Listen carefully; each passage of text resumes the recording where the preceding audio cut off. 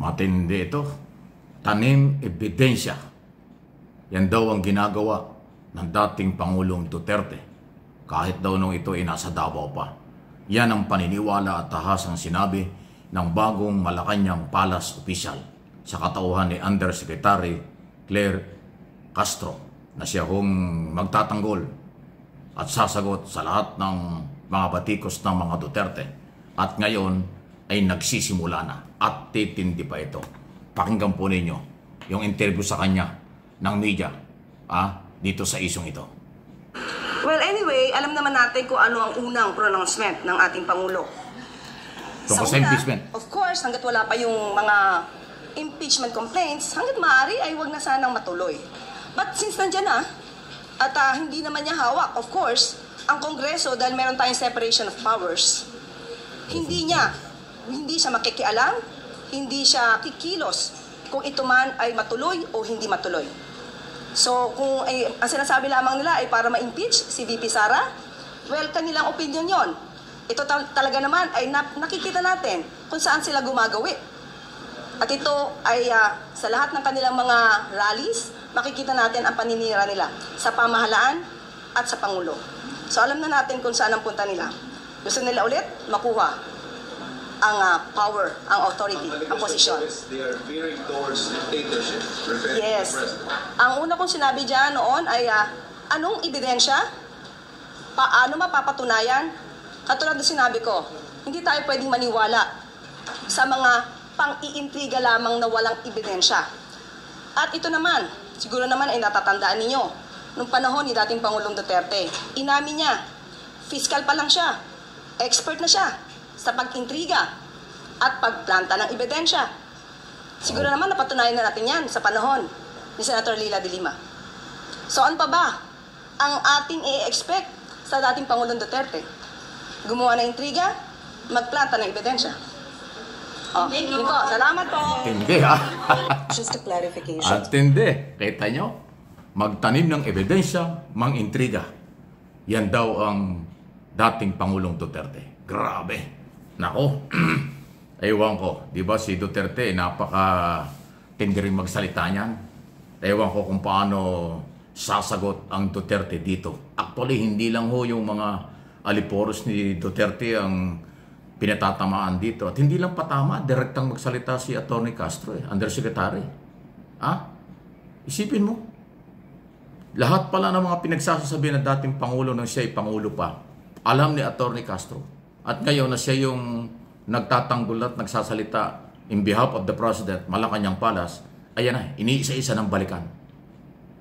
Baka nakalimutan na ng taong bayan yung sinabi nga ni Duterte na yung sinasabing di umano'y tanim ebidensya at intriga. Ayun pala, nakarecord kay Castro.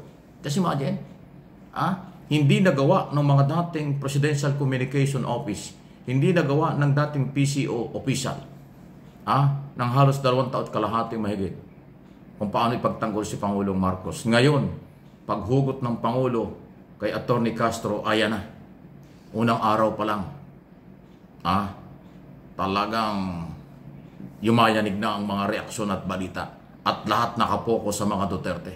Sila yung hindi lang pinaparinggan, tahasang pinapangalanan ni Undersecretary Castro. Si Duterte at mga Duterte at kritiko doon nang gagaling. So, paninindigan nila ito. Abogado niyan. Alam niya na may proseso, rule of law, due process. Pero hindi pwede ang tanim ebidensya at intriga lang. Kailangan may dokumento, may ebidensya. Kung wala, garbage yan. Kung wala, wala yan. Nasanay tayo ng ilang taon na puro paratang. Kung yung mapapansin, sa tindi po ng mga paratang, bangag daw ang Pangulo, matindi raw ang korupsyon sa gobyerno, kung ano-ano pa. Pero yung pala puro salita, totoo naman. Sa press conference, sa mga rally, sa mga ambush interview, ginagawa yan ni Duterte. At walang nakakasagot sa Palasyo ng Malacanang for the past 2.5 years. Hindi ko alam kung anong ginagawa ng mga dating opisyal ng Malacanang. Ngayon, meron ang sasagot. At iniisa-isa na. Okay? So, aywa ko kung ang siguradong magre-react dito, hindi lang si Duterte, yung mga abogado nakapaligid sa kanya. Yung isang abogado nagtatago sa Amerika, Yun naman isang abogado rito na walang ginawa kung hindi baliktarin ang istorya, hindi kayo uobra dito. Attorney, abogado rin itong si Yosek Castro. At may tapang. Nakita niyo yung tingin niya. Si Yosek maganda na, may talino, may tapang pa. At may lakas ng loob para kayo harapin, pangalanan. So big challenge ito. Paano re-rebut? Paano makakasagot ang mga Duterte supporters, vlogger at followers? Maglabas kasi kayo ng ebidensya, puro kayo paratang. Definitely, umuusok sa lubong ang kilay ng mga vloggers. Magagastusan si Duterte sa mga vloggers niya kung paano siya ipagtanggol. Nagkaroon ng katapat na abogado rin. At nakatingin sa dokumento, hindi lang sa pang-akusasyon. Dahan-dahan ang ibabalik ng Malacanang ang paninira ng mga Duterte sa pagharap sa tamang proseso at pagsagot para sa kanilang mga sinasabi. Hahanapan kayo ng dokumento. Kung wala, magiging garbage yan, magiging fake news yan, intriga yan. Sabi nga ni Executive Secretary Bersamin, dating Chief Justice, one-man fake news factory si Duterte. Yan ang sinasabi niya. Ito'y matapos namang paputukin dun sa Cebu na di umano ay magiging dictatorship. Magkakaroon ng martial law. Gagayahin daw ni Pangulong Marcos Jr. si Pangulong Marcos Sr. Yan ang sinabi ni Duterte doon sa Cebu. So kaya sinabi ni Executive Secretary Bersamin, one-man fake news factory. Factory. Ibig sabihin gumagawa ng fake news. So ayan na. Dati si Bersamin na nagsasalita pero medyo limitado kasi busy yan. Ngayon naglagay na ng tagapagtanggol, tagapaghayag ng mga saloobin at paliwanag mula sa Office of the President. Kaabang-abang talaga ito. Maniwala kayo, huwag kayong aalis, huwag kayong mawawala dito sa aking mga channel. Mag-like, mag-share, kung hindi pa mag-subscribe kayo dito sa Mike Abby Opinions, pati yung MA Pinoy TV ko. Ano ho, yung isang channel, itong channel na ito. At sigurado po, aabangan natin ito. Mas marami pang maaaring pasabog na balita, pasabog na reaksyon, pasabog na challenge, hamon sa mga Duterte nang patunayan ang kailang mga sinasabi sa nakaraang mga taon. Natindi na sinabi ni Castro, alam daw natin kung anong gusto. Muling bumalik, makuha ang kapangyarihan. O di ba, personal interest yun. Gusto lang daw makuha ang kapangyarihan muli, yan daw ang plano ng mga Duterte. Ay hindi naman pwede yan.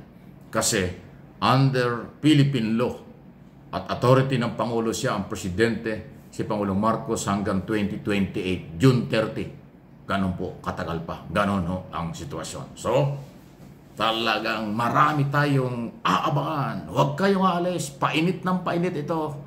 Paki-share at like po ninyo. I-share po ninyo sa inyong mga kaibigan sa buong mundo ng ating mga tinatalakay dito. So, suportahan natin at pananatili tayo sa likod ng gobyerno under President Marcos dahil siya ang lehitimong gobyerno na ating tinulungan at tutulungan hanggang sa huli, lalo na ng aking mga channel.